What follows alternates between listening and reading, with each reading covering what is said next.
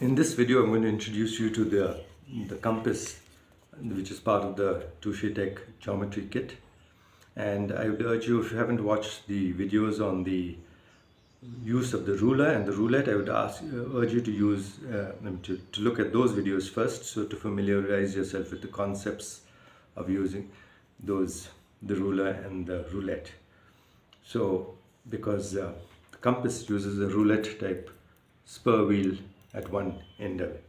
So the compass is basically a bar which has two ends that you could hold firmly between thumb and forefinger using two hands or one hand, whichever is convenient. It has graduated tactile markings on both sides of the main bar. They start at the 0th position, which is where you have a fixed roulette type wheel that you won't be able to move at the 0th position. And every 10 millimeters you have a tactile marking where you can slide your pivot, and your pivot is fixed in position with a knob that you loosen. You slide your pivot to whichever position you want. It does have a bit of a tactile feel to it.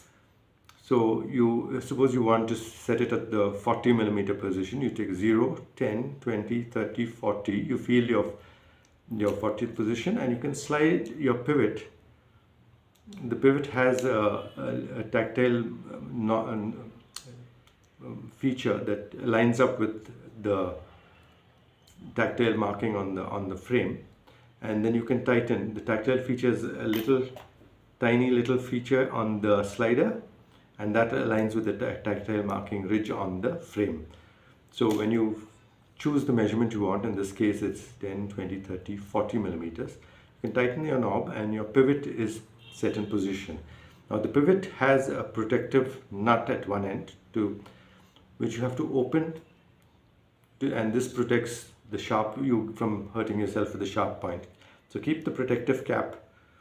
It's a screw-on cap. Keep it safely, and then when you want to draw, you align the pivot to the center where you want to draw the center of your circle. Normally you would align it to the center of the page, so you could use the palms of your hands, and where your thumbs meet is more or less the center. You could do it from the top also and find your center, and then set your pivot down.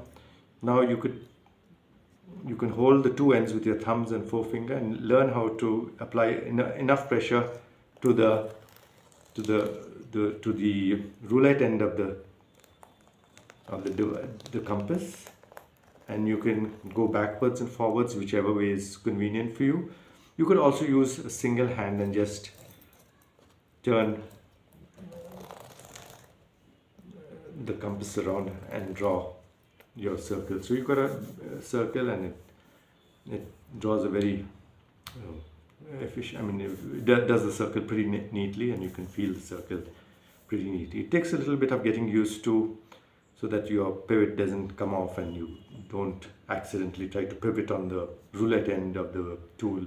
So you get used to that. So the pivot is always the center of the tool in most cases. So you could use one hand and turn it around. So that's how you would use your compass. And when you finish, make sure to gently feel the edge of the pivot point and cap the pivot again. That's the compass.